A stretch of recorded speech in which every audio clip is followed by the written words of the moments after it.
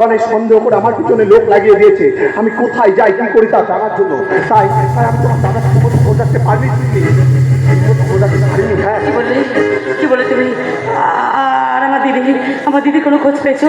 আমার দিদিকে সে কোথায় নিয়ে গেছে? কোনো খোঁজ পেয়েছো তাহার? না পাইনি, কোনোভাবেই আমি তার খোঁজ রাখতে পারিনি। তাহলে চলো না বাচ্চু, আমরা থানায় গিয়ে ওই চৌধুরী গণেশের নামে সমস্ত গোপন কারণে না শুনি না, থানায় গিয়ে কোনো লাভ হবে না।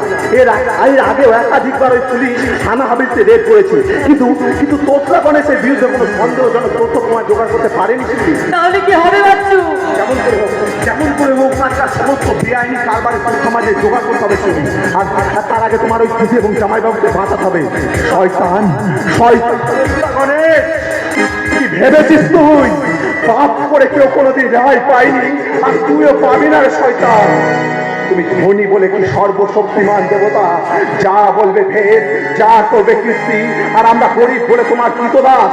তা হবে না তোর গণেশ। তোমাকে ওই হানা হাবলি থেকে টেনে নামাবো ওই রাস্তা ধুলোই, তারপর তোমার ওই বুকটাকে ছিঁড়ে পরিচয়টাকে পাগলা কুত্তা